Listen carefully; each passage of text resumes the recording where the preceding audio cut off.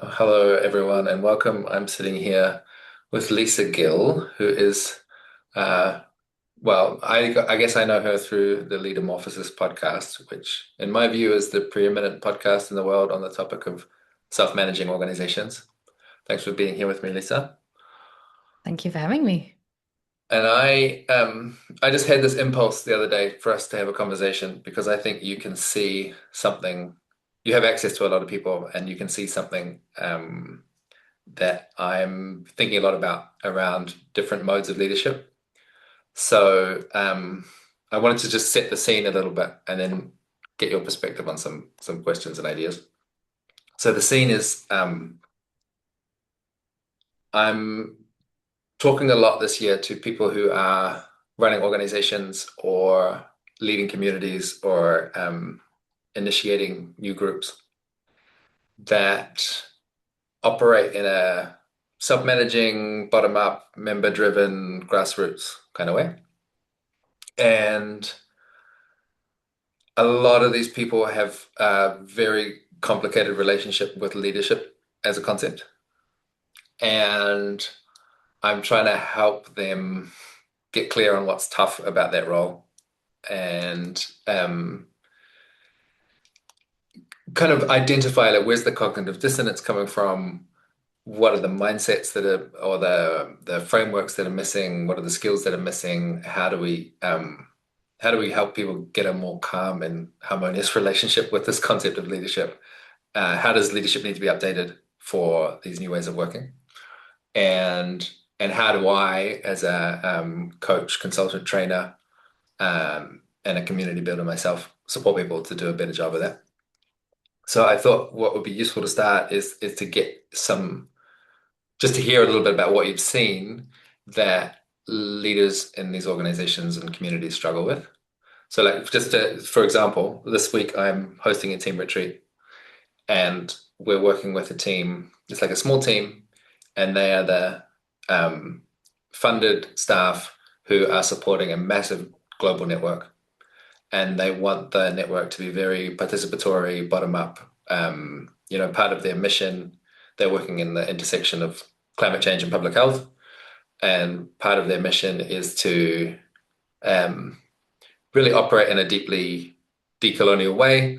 They really want the deployment of funds and the setting of priorities and the governance and the strategy and everything to be really held by the membership.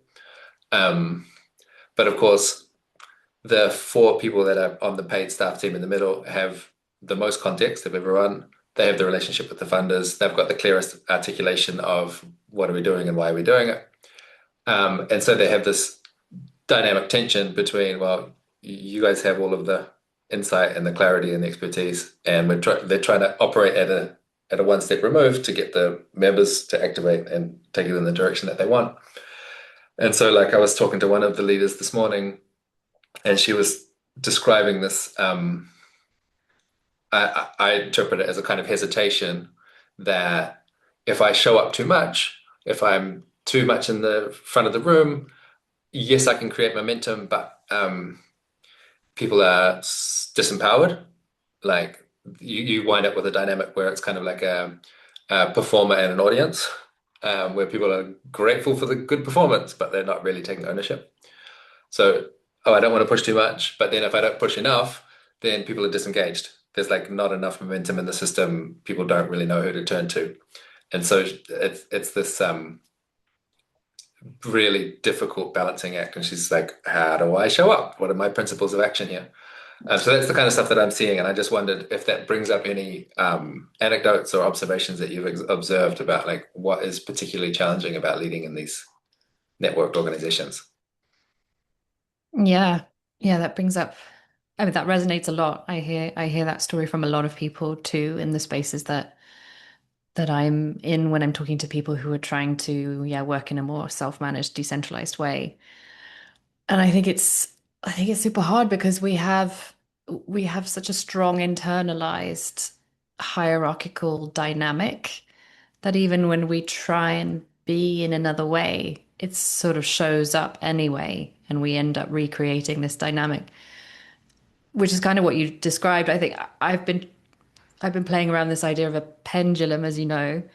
Um, and what you described there is like a great example of that, where like if I want to be a leader in a good way, I could be sort of somewhat dominating, even if I don't mean to be. By which I mean I'm being very responsible. I'm producing a lot of things. I'm driving a lot of stuff with good intentions. And I'm sort of frustrated because I'm seeing that everyone is kind of deferent and kind of passive and like, oh, why is no one else stepping in? But then I can swing too far to the other extreme where I'm sort of abdicating, which I see a lot and is maybe what this leader you were talking to was noticing as well. It's like it can feel like almost like I have to have my hands tied behind my back. Like I don't want to influence too much. I don't want to be dominating. And I go too far and I almost kind of disappear. I become kind of Mm. invisible or absent if I exaggerate. And people then kind of often get lost or unclear. Or the other thing I've been thinking about is like if the people with power have this pendulum of like dominating, abdicating, the people without power also have a pendulum which is maybe like deferent on the one side, like I'd said, that even when you take away or don't have higher traditional hierarchical structures, you still see people kind of waiting, checking, Yeah. looking for approval. Is this for real? Or being hesitant. What if I make a mistake? So they're sort of still waiting, deferent. And at the other end of the spectrum, you probably have also seen this, you have like defiant, where some people, or in certain conditions, people are like, okay, cool. Right. I can decide things. I can, you know, do the things that I want to do, and I can just sort of shun the parts of my responsibilities that maybe were not so fun. You know, we're self-managed. I can do whatever I want. Or I'm going to use my voice now to like argue and dig my heels in about certain things. And so and I don't think that's anyone's fault because I think we've infantilized people so much that sometimes we can kind of like get overexcited maybe with our newfound voice. But then those two pendulums play into each other. Yeah. So you have like abdicating deferent, sorry, dominating deferent and abdicating defiant. So or it can be the other way around as well. Yeah. But it's sort of like it seems like a more benevolent dysfunction to be sort of abdicating, but it is a dysfunction because that's where like you get creative entropy, people feel lost, there's lack Yeah. of accountability. So there's something about like, how can I kind of integrate those two polarities and maybe reclaim my sort of concepts of, that leadership is a dirty word or power is a dirty word, or and find a way to be able to access sometimes being directive or sometimes, Mm. being kind of firm or like, this is how it is or this is not okay or whatever it might be. So it's to kind of embrace this like both and space Mm. instead of either or and swinging, between the extremes or getting stuck in an extreme. Yeah. So that's how Yeah. I've been sort of playing around with what I'm seeing. Yeah. I'm glad I'm talking to you because it's a very like condensed insight into the dynamics that I'm seeing. I feel like it really encapsulates a lot of it. I think this kind of confusion about where should I be on the spectrum, on the pendulum, or the hesitation of how to act skillfully, it sets the standard for other people. Because like if you're a founder or if you're in the core of the organization, people are looking to you for how do we behave, and they see you hesitating, and they get the message like, oh, we're not supposed to work in a direct. We're supposed to be kind of cagey with each other and really be cautious about. Oh, and it Yeah. doesn't really set the standard of how you want people to roll. Yeah, how are you? I'm wondering what's the stage in your development with this pendulum model? Like, what is it?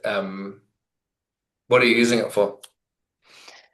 Yeah, well, I'm trying to use it for my hope is that if I can sort of articulate this, because I see that there's pendulums on an individual level, and then there's also pendulums on a kind of relational level. So as I mentioned, like those two kind of interplay with each other and create dynamics. But you also have like kind of as a culture, another pendulum might be, having a culture where it's sort of like competitive and kind of cutthroat. And at the other end of the spectrum, a culture where it's like false harmony, walking on eggshells. We must all be equal and nice to each other at all times.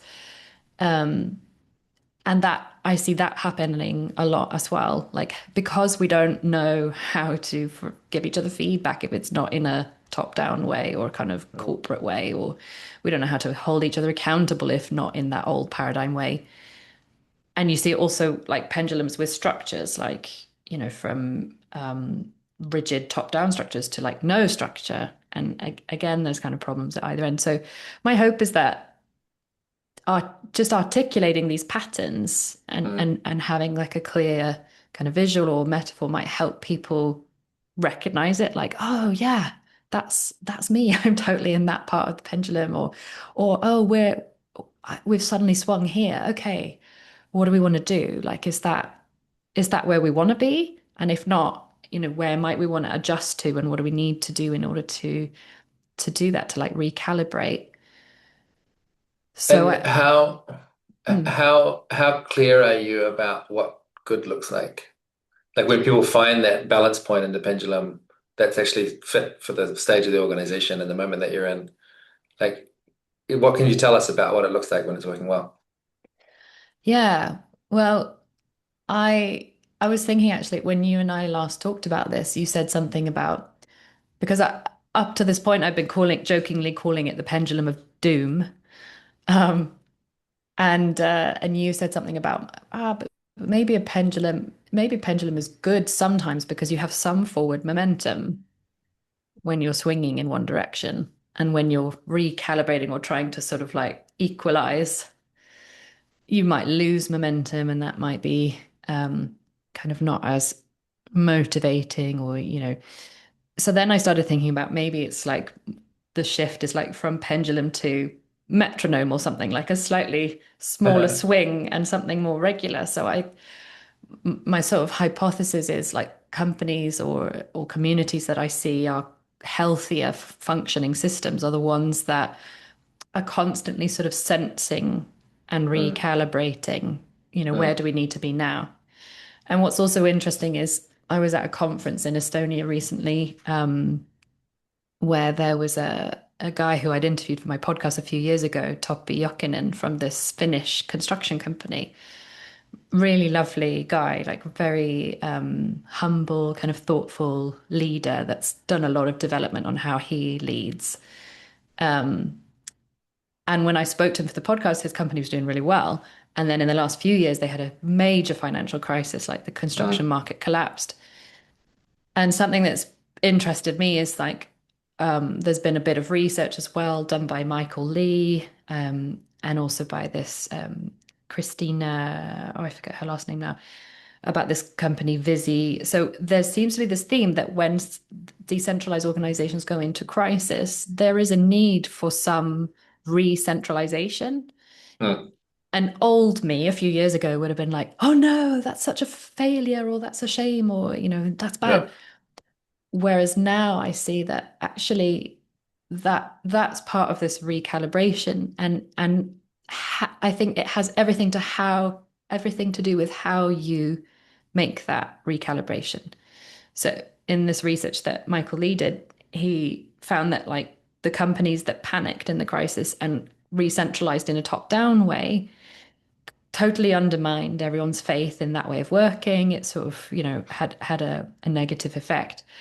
But the ones where they together decided by consent or whatever Mm, it might be, okay, we recognize there's a need to create like a centralized team with temporary power, decision-making authority over XYZ. Everyone consent to that. Yes, great, let's do that. And that makes sense because then you're using the capacity and the expertise of those particular people, which you might need in a crisis. And that actually strengthened then everyone's commitment to the sort of self-organized model afterwards. And also, interestingly, reveals a lot of cracks, when everything kind of, um, yeah, when the shit hits the fan, that's when people really see like, oh, okay, actually, the CEO was still holding on to some responsibilities, actually. And mm. cosmetically, we might not have noticed that, but it was pretty clear once we had a crisis. Yeah. So yeah, I think it's that's sort of my hypothesis that I'm testing with different cases that I've come across. Yeah. Yeah, I have a personal experience with this with the Lumio co-op. So we had, I think, 16 people on staff at the time, and we had a funding crisis where our expectations were not met for our budget, and we knew that we couldn't sustain the contracts that we'd made with people, the employment contracts. And it was something like, 12 out of those 16 people were co-owners of the business. And we knew that we didn't want to have a consensus process with 16 people to decide how we were going to reallocate the funding. It was just like too complex and too people were too implicated in the decision. And so what we did instead was the consensus was we're going to terminate all the contracts and we're going to nominate this subgroup of people that we trust with diverse experience to decide what the next contracts are and who's funded and who's not. And that it's like this hilarious moment of everyone kind of, it's like the turkeys voting for Christmas, right? It's like we all Yeah. we all decided this is just the most efficient and democratic way that we know how to do it. And of course it's painful, but because we were equally involved, like there was a genuine consensus decision that the way that we're going to handle this crisis moment, even though it is a tactical centralization of power, people were really the relationships were good. We had to lose some people, but a lot of them came back. We had the good relationships so we could get them back when the funding returned and so on. I really think there's this this sort of precise surgical application of centralization um, is part of the art form. Like even in that example I just gave, someone had to generate that proposal, and say, hey, I think this is the best way that we're going to get through this. And Mm, that's like that kind of proposal is that what I'm thinking of is like an active leadership in a decentralized organization is someone that has that creativity and the skill and the reputation and the trust in the network to be able to say, hey, I think this is probably the best way forward and to get that across the line. That's a pretty unique person in a system that can do that, like in the Lumio mm, example, maybe there was 3 or 4 people that could have got something like that across the line. And I was always so averse to naming that. We're all equal. We're all the same. Anyone, mm, it's a consensus process. Anyone could bring a proposal, but when it's that high stakes, mm, only a certain fraction of people can get something like that over. This is part of yeah. what I'm trying to get more explicit. Yeah, exactly. And that's the sort of cost of that kind of abdicating stance, if we're like withholding or hesitating or even like, sometimes you see people calling out other people who are trying to contribute with their leadership and someone will be like, whoa now, no, Yeah, we're yeah, well intentioned, but it's the cost of that is that you miss out on these people who have that leadership energy in that particular moment, whether it's an expertise or a capacity or an idea or a proposal or whatever it is. And we want that. That's like lifeblood for the system. So we don't want to kind of stamp that out. And if we hold on too tightly to this kind of equality or decentralization thing, like that's what we miss out on. So that's I think that a huge learning edge for all of us in this kind of community yeah, is like trying to reconcile that in ourselves. yeah. I also like your image of the metronome, because it implies this kind of rhythm, this pulse, Hmm. this like systematic and dependable rhythm of change. That it's Mm, like we know every week or every month or whatever is the rhythm, there's going to be this moment of adjusting hmm. systematically. That we're not being constantly floored by the chaos of emergence, but we're actually measuring our appetite for change and taking it piece by piece. This is one of the main intervention points that we have in the organizations that we support is to help them design their rhythms so that they're very they find that sweet spot between chaos and order. That things Mm, are stable, but they're also dynamic. yeah. Um, I think one of the models that's been really become very obvious to me, and I want to see if you've seen any others like this, is what we would sometimes call like successional leadership or rotational leadership. Mm, And so that means like the like in the example where you've got a funded core and then a volunteer network around it, for example, the role of the funded core is to initiate, get something started, Um, Not necessarily seek a huge amount of input in the way that we set up this first prototype. Just get the rhythm started, right? Get that tick, tick, tick, tick, tick happening, get the work processes underway. And then once there's some evidence that this is valuable and it's functional, then we would get them to start like recruiting their replacements. And ideally pretty quickly, you might run one circle with me leading it, and then the second cycle would run it with an apprentice, and then the third cycle I'd leave and the apprentice is running it. And then by the fifth or the sixth cycle, they would already be apprenticing someone new. And we're really trying to build up our systems, our rhythms, our practices that are so well articulated and explicit that anyone can kind of pick it up with a minimal prep. And this is a mode of leadership that creates an enormous amount of resilience and flexibility and ownership. That people are taking that responsibility of, oh, it's me, it's up to me to facilitate the meetings or whatever's necessary. And that's become really obvious to me, that way of working, that sort of shape, that those patterns. Um, and it's kind of opaque to people who haven't had that experience, who haven't really spent a lot of time in a high functioning self-organizing system. And I just wanted to check if that's how you see it too, or are there other modes as well? Like I can imagine that there's other shapes, and this is just the shape that is familiar to me. But yeah, how does that track with your experience? Yeah, I see that a lot as well, and I think it's really healthy because I think it like I'm thinking of here in Barcelona, there's some Energia, this big cooperative, energy cooperative, and they were telling me that they have a similar system of rotational roles, and right now they have two, instead of a CEO, they have two people who are sort of stewarding that role. And when they came in, that brought like a new energy and a new kind of phase. And then eventually someone else will step into that. So it kind of creates like a refresher of different energies, I think, and also helps you obviously kind of avoid fiefdoms and Mm. sort of the corruption of power potentially. And I think it creates empathy because people, when they step into that role, right, they realize, oh, okay, when I was not in this role, I had a lot of complaints about how they were doing things, and now I see, it's Yeah, complex, or yeah,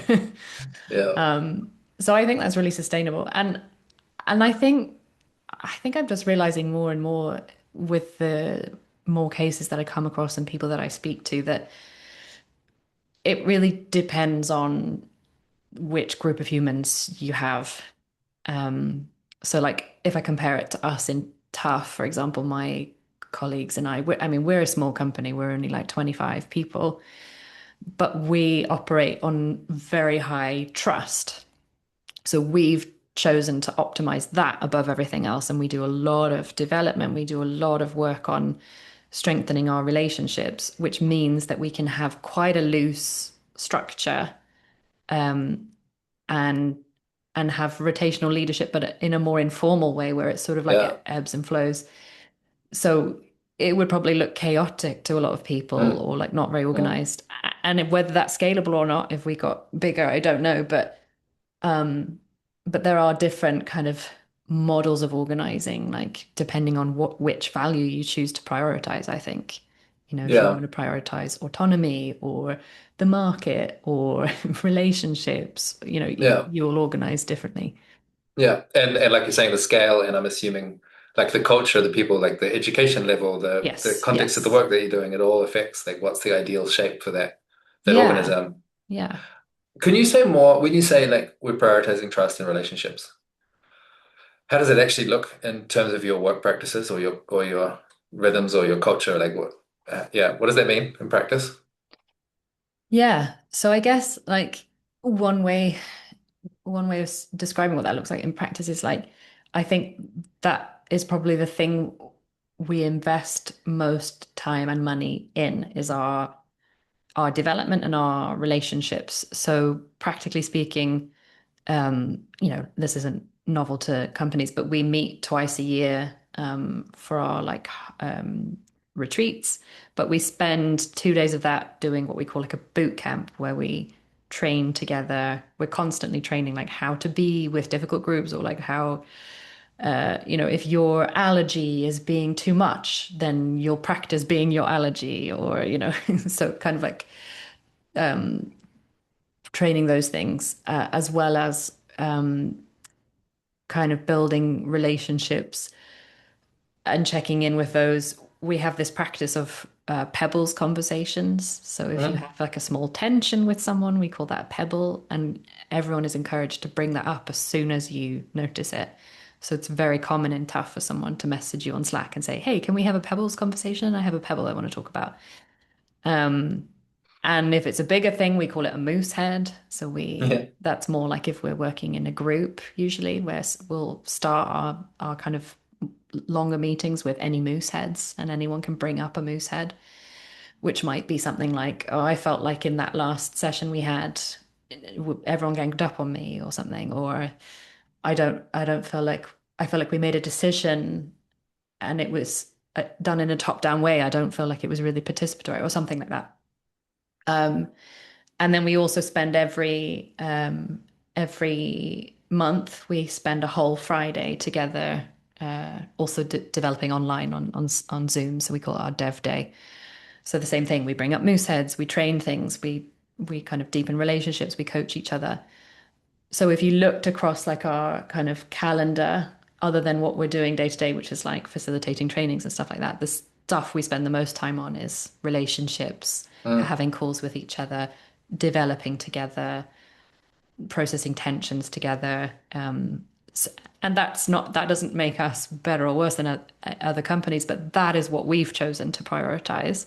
Yeah. And then the benefit of that is that because we have such high trust, and we have a lot of freed up energy then for collaborating. We don't like, it's the only place I've ever worked where we don't kind of gossip behind each other, like, or Yeah. I don't talk to my partner like, "Oh my God, I Yeah. had another meeting with this person again and they're so Yeah. difficult," or whatever. Yeah. And also we can have pretty loose structures. Of course, it has Mm. its shadow sides. Like there are certain things that we're not so good at, like project power, and we have a tendency to overwork probably and be overly responsible, not so good at self-care and stuff like that. But yeah, that's what we've chosen to prioritize. Yeah. So it sounds like you build these very high bandwidth, high kind of relationships of excellence, like let's get all the tensions Mm, out and have a good clean flow, which then enables you yes. to work in a very dynamic, responsive way without needing a lot of explicit structure.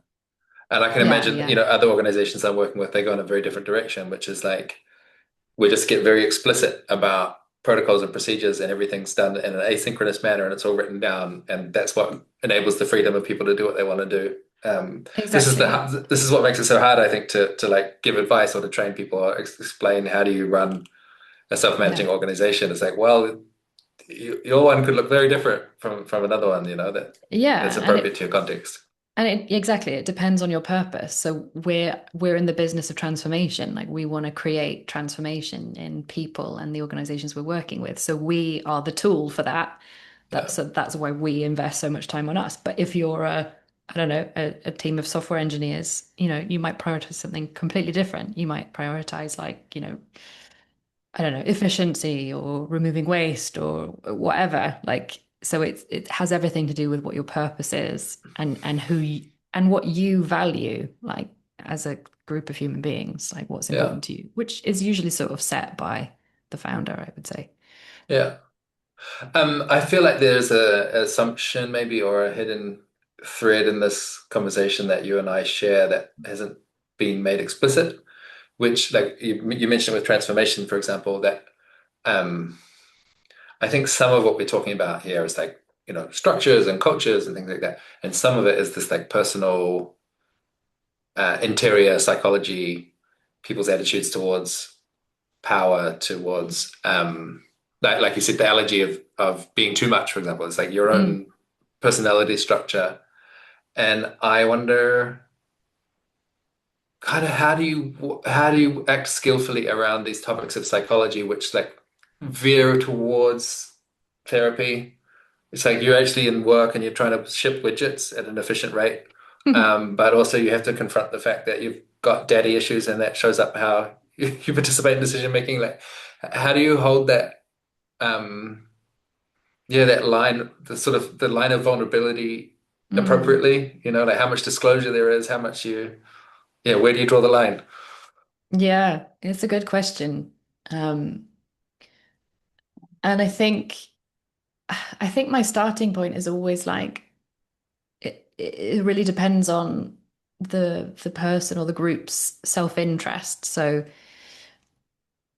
and for me, it's usually quite easy to make that link. So I lead a lot of trainings with people um, who are software engineers actually, or engineer. I literally did some programs with space scientists recently, who are Mhm. like the very down to earth people, want stuff that's very practical, grounded. Not so interested in kind of fluffy personal development stuff.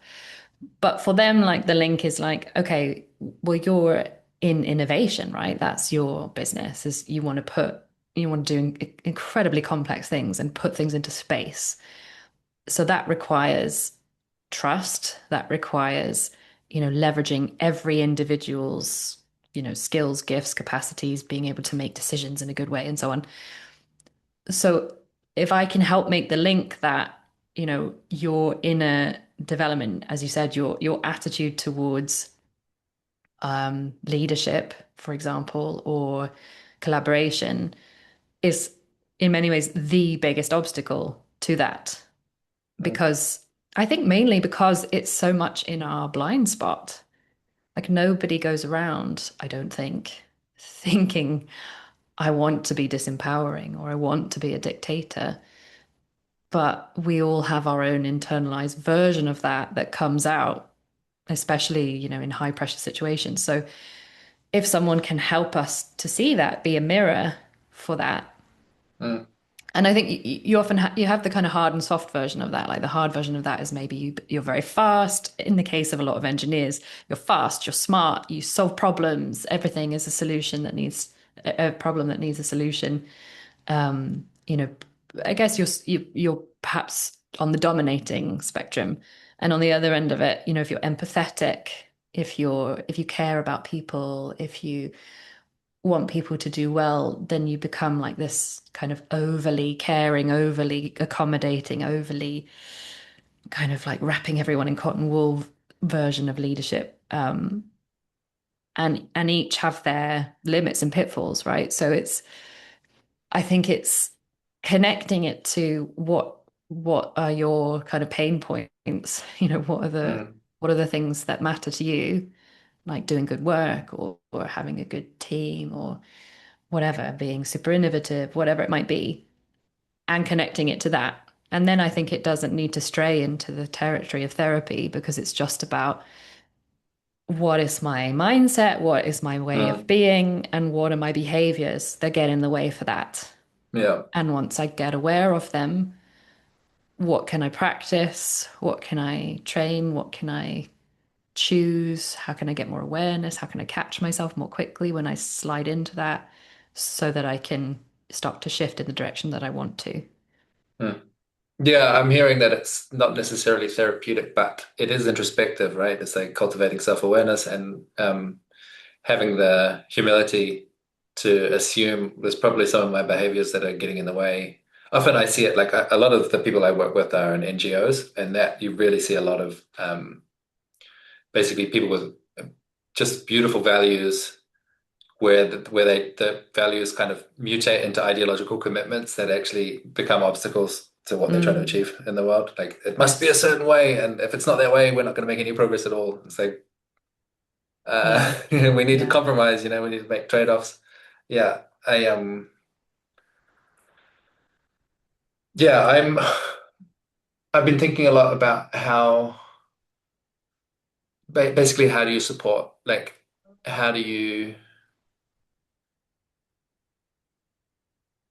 how do you as someone like a trainer or a facilitator, a coach that can see patterns of dysfunction, can recognize like, yeah, you've got a blind spot there, or you really have been focused on external output and you have skipped the whole chapter about your interior examination. Um, like what kind of interventions you can bring that really support people to embrace that developmental journey. where they start to get more introspective and they start to get more treating their personality as something a little bit more malleable and adaptable, and that they can not just be this is just who I am, and this is just how I show up. And you watch people change to a much more like growth mindset where they're like, oh, I could be more this way or less like this. And that, like, Mm. I'm wondering what kind of interventions you've seen that really support people to learn and grow and change. Yeah. I mean, one that I really like and use a lot, we use it a lot in Tough, is called the Core Quality Quadrant model by Daniel Mm, Hoffman. mm, Um, it's really nice for exactly what you just described. So the idea is that we all have core qualities. Usually we have like four or five. It's not like we have loads of these, but they're things that come naturally to us, strengths, things that people appreciate us for, things that we take for granted. Maybe we're mm, like, oh, you can't do that. Oh. But when we overplay that quality, it becomes our pitfall. So that's the mm, second box in the quadrant.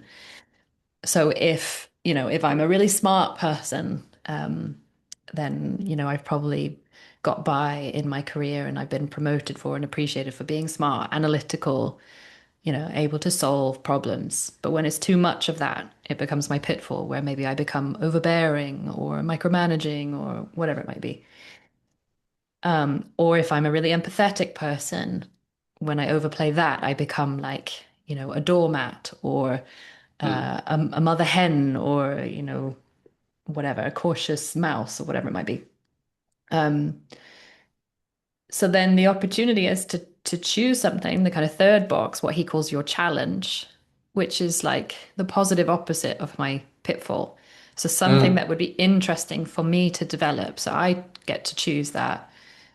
So it might be something that I admire in other people, like, oh, I really admire mm, people who can just say it how it is, and yet they don't come across as like, a dick. Like, how do they do that? I want more of that. mm, Uh, so something, a muscle, if you like, that is like you don't have or is much weaker that you would like to develop and strengthen. And then the idea is that if you can develop that and become more aware of your pitfall, then over time your pitfall will never go away, but maybe it sort of gets a little bit smaller. It doesn't own you so much. You can catch mm, yourself when you end up in it. So you can be your quality and your challenge. You can sort of choose. Sometimes I can be this, and sometimes I can be that, or I can be this and that. And then, of course, you have the fourth box, which is the allergy. So mm, if I start to practice being more direct, I will be scared that I will then become harsh or, cold or something. And those people are my allergy, people who are careless, brutal, whatever. So it's good to know what my allergy is, both because when I meet people that are my allergy, I'll become more of my pitfall because that one's reactive. And also because when I start to practice my challenge, I'll have a distorted spectrum of my challenge box and my allergy box. So if I start to like take up more space, I'll think suddenly I'm taking up all the oxygen in the room. yeah, Whereas you might say to me, yeah, like, Lisa, you've still got loads of space to play with. You're yeah, fine. yeah, yeah, Um, so it's good to know. And people who are your allergy have a lot to teach you also, like, yeah. because they have a corresponding quality that when it's their pitfall, they're your allergy. So, Yeah, that's gold. I'm mm. like, that model lights me up a lot. I can imagine as well, there's one version of this, which is a personal tool of introspection, and there's another thing, which is a team, like Yes, if people know exactly. this about each other, right? That the Yeah. our strengths, our Yeah. distinctive and diverse strengths can be the source of conflict. Yeah. Or Yeah. they can be like a hybrid vigor, right? Like we can all do different things. Yes. So we in Tough will have like relationship conversations where it's like when I lead with some people, they have the same quality as me and it's effortless. Mm, And sometimes I lead with someone who's my allergy, and it's like, it's tricky. We have to do a bit more like, agreement making and like checking in with each other. But also, gosh, we have so much like more dynamics because we are different and we can learn from each other. And it also works really nicely. You can also apply it to cultures, like an organizational or a team culture. So you can say, like, oh, we're a team of engineers, so we're very fast. But our pitfall is that then we become kind of, I don't know, brutal, or we leave people behind, or it's not psychologically safe. Yeah. So we would like to develop something like being able to be slow down sometimes or be more reflective. But we're scared if we do that, that we'll become one of those companies that just sits around navel gazing, and we don't want to be that, so Yeah. it can also Yeah. be, I did that recently with a team in Japan where each team stuck up a flip chart around the room. They all came up with what is our quadrant for our culture. And there were some themes, some differences, but it was really generative of like, where are our blind spots? What would we like to develop culturally? It's so fascinating how the relation between the individual leaders and the collective and the sort of personality of the collective, especially in the early phase, like in the founding phase of an organization. Sometimes it feels Mm. like an organization is like a mech suit or something. You've got like the founder in the middle, and they've just built this like giant version of themselves that just replicates the same the Yes. same pitfalls, the same strengths, the same allergies, and Yeah, like exactly. finding a graceful way to draw attention to that and to help rebalance. And like as soon as you've got more than four people in the room, you've got so many diverse talents, and sometimes it's just about empowering them and leveraging them and getting to fill in the balance points where it's like, hey, we're Yeah. overbalanced in one direction. We need to like lift up the other side. Yeah, exactly. Yeah, This, that's what I have a lot of compassion for founders about that. It's like, you know, the culture is a reflection of you in many ways. Like, sorry. yeah, yeah, it can be confronting, I guess. Yeah. I've just been, as you've been explaining this, I've been a little bit also reflecting on our approach. Um, I feel like quite excited at the moment about something. I feel like like at the Hum over the years, it feels like our pedagogy has evolved. Um, and I feel excited at the moment that we're just at the next stage of discovering what works for people. And I'm currently seeing it as this like three-phase model that there's um, metacognition, essentially, like this reflective self-awareness. Noticing that sometimes I behave like this, and I can like you're saying, I can overdo it and go like that. Like having the language to be able to describe that, having the ability to notice, like, oh, I've actually got a nervous system. It sends me signals when I'm feeling like when I notice that my vision contracts and my heart rate picks up, then that's when my pitfall behaviors start to come Mm, online. Like tracking all of that kind of stuff, becoming a more sophisticated pilot of your own nervous system. There's all of this metacognition thing that we're inviting people into. And that can be really confronting and challenging. And so we do that in the context of good companionship, that mm, you're with people who can recognize the situation that you're in and have some empathy for you. And so it makes it a lot easier to like, it's less of this like shameful disclosure, like, oh my God, I'm a terrible person, and more like, oh, yes, I do that too. Oh, isn't that funny? And then like having those like high quality, trusting peer relationships, and then going into the space of deliberate practice where, mm, which is, I think, what you were getting at with this positive opposite quadrant, right? Like the thing mm, of what's this new behavior that I want to practice that stretches me out of my comfort zone, but it's a tolerable stretch. It's like in that mm, zone where I'm like, oh, a bit wobbly and a bit uncomfortable, but it's safe enough and I'm going to learn. And then I'm going to go back to my companions next month, when we have that next check-in and say, how did it go when you were practicing taking up more mm, space or being more democratic? And like, what are you valuing about that? And how are you, articulating those new behaviors as like principles of action that in mm, future you're more confident. You don't have to be hesitating. You have to be second guessing yourself. You just know like this is how I show up in these contexts. And like, yeah, having started to see this three-phase system come together and how we can take people who are, yeah, the hardcore people pleaser doormat character and send them down the hallway of being more assertive and mm, create action and catalyze people and be just tell them, hey, you're crossing a boundary or you're not living up to our expectations. Like it's so gratifying to watch people go mm. through that transformation. Yeah, it really Really is. gives me a kick. Yeah, I think that was one of the pieces I wanted to hear more about as well. Like this model that you've given is really useful, but is there other, um, I don't know, more like practice-driven stuff? Like even when you were describing what you're doing at Tough, giving the examples of pebbles and moose heads, right? Like obviously Mm, that language it emerges from practice. That someone has mm. identified, hey, there's these different categories of problem, and it's good to have a space to get them out. And I just wonder if there are other practices that come to mind. that specifically are aimed at the leaders on that journey of development. Yeah, well, we it's interesting hearing you describe those three phases because that really resonates for I think what we've ended up creating in tough in terms of our pedagogical approach as well. Like we're called tough because our training is tough, but it's also it can only be that because we have put a lot into creating very safe spaces, Mm, like safe and brave spaces, I would say, where you both feel like, yeah, we're all struggling in this together. We all have our versions of pitfalls and tendencies, and we're all being beginners here in this space, trying things out, and it's uncomfortable. And um, but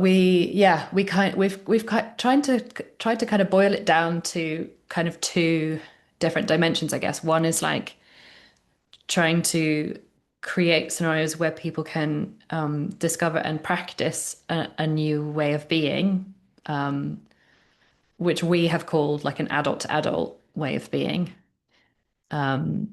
And then also practicing key conversations that it's good to be skilled at in an adult to adult paradigm. So one of those is the Pebbles conversation, what we call a relationship conversation. Another is feedback. How do you give someone feedback yeah, for their development? We make that distinction rather than, um, yeah, because we call a lot of things feedback that mean different things. like not their like performance management exactly. Yeah. Um, Another one is like a coaching conversation where you're helping someone else to think and find their own solutions. Another one is what we call like a non-negotiable conversation, but also we call it a choice conversation, which is sort of paradoxical, but helping someone.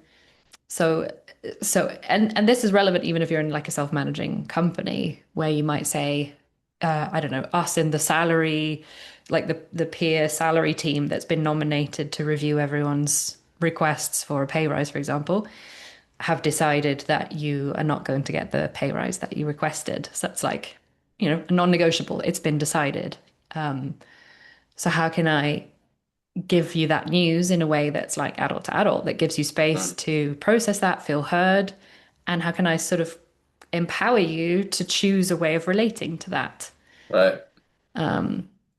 And then the final conversation is like an expert conversation. If you have expertise, how do you share that with someone? But again, in an adult to adult way. So that one we don't actually practice in our training because we assume people are pretty good at that one, pretty practiced at it.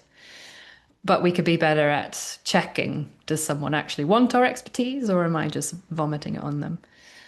So yeah, we're kind of practicing those two things, a way of being and these kind of five core conversations. And then within those conversations, certain abilities that we don't learn in the kind of Mm, old paradigm, like, active listening or generative listening, coaching questions, how to be, how to give feedback in a way that's empathetic and frank rather than yeah, sugarcoating or yeah.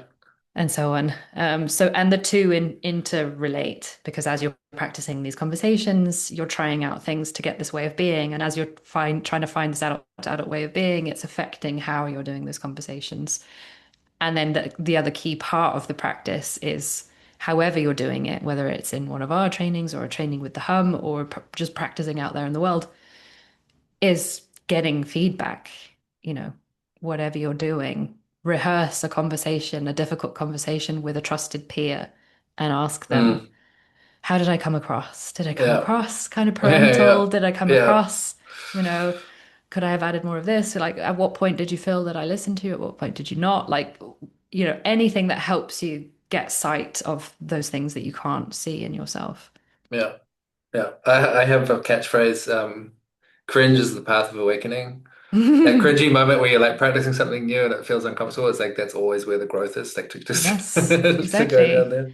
Because you can't Um, learn a new language, can you, without sounding cringe? Like yeah. you think you sound ridiculous putting the accent on or whatever. Yeah, And there's no way to get to fluency other than going through that cringe stage. yeah, yeah. As you're describing these conversations, like feedback, for example, I was just noticing I was kind of testing these against the different groups that I work with. And I feel like there's some of them that have the appetite and the readiness for these kind of conversations, and there's others that are not there, Mm. and they need some kind of prerequisites, or that you're going to meet them somewhere else. And I wondered if you have a sense of, yeah, is there something that precedes this kind of more personal or interpersonal relational stuff that sort of like sets the scene? Do you know what I'm getting at? Mm. Yeah, well, it sort of depends, but I think a pretty safe place to start is to get people to practice coaching each other. Mm. Like choose a challenge that you have in real life that you don't mind talking to someone about. Give them a very simple framework for how to coach. I literally have like a three-step one, which is like get a clear goal in the conversation, ask a lazy question. In other words, not a question that's advice disguised as a question or a complicated question, but just like, so how could you do that? Or what's the first step or whatever? And then listen and then repeat. Like it's just that simple. But as people practice that, ask them then to notice, did you want to do something else? Did you give advice, even though that wasn't part of the instructions? Did you, were you fast? Like what got in the way for it to be, a kind of adult to adult coaching conversation? So that's pretty like low risk, Mm. kind of, practical. People don't tend to object to that. And they're pretty surprised often at how quickly they realize how like parental they are. Like, oh, Yeah. I've done coaching training before and I thought I was pretty good, but oh my God, I can't Yeah. not give advice or like Yeah. I It's don't me. listen at all. It's me. Yeah. Yeah. I'm pretty good at advice, but I'm terrible at coaching. Yeah. By the way, listeners, book me for coaching. Yeah. Yeah. Yeah. But I also say to people, like I've been saying this more lately that, you know, another practical thing that I say sometimes is like you can think of it as like a habit hacking thing. A lot of Mm. people have read this book, Atomic Habits by James Clear, is it? It was like a best-selling book. I think so, yeah. And I think it's like quite popular with sort of like, I don't know, the bros out there. Um, and so you can create like apparently you can't delete a habit. Like once it's in Mm. there, you can't get rid of it, but you can reprogram it. So when someone comes to you with a problem, if your habit is, okay, give advice, feel useful, yay, endorphins, dopamine hit, instant gratification. If someone then says to you, okay, now I want you to, when someone comes to you for with a problem, take a pause and choose maybe instead to have a coaching conversation. What's tricky is that in the beginning, when you start doing that, it's not going to give you the same instant gratification as giving advice. Yeah. You're going to feel like, oh, that was a bit of an anticlimax. Did I add Yeah. any value there? Like, Yeah. oh, that didn't feel very useful. Ugh. You're not going to want to, it's hard because your brain is, looking for that reward.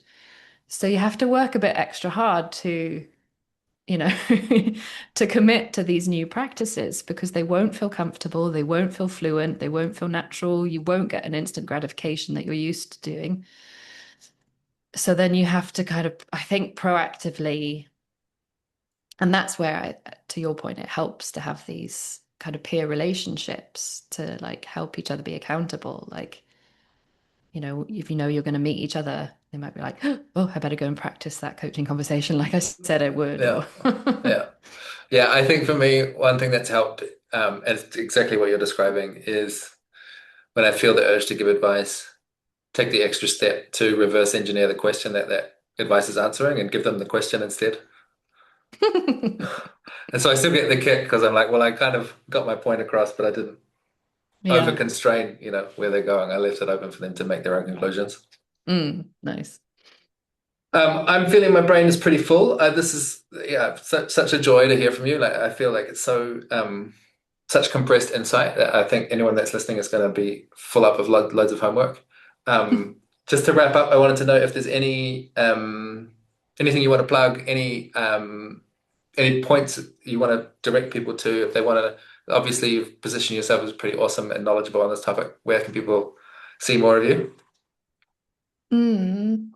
Well, there's my podcast, leadomorphosis.co is the website, but it's on all the usual podcast places.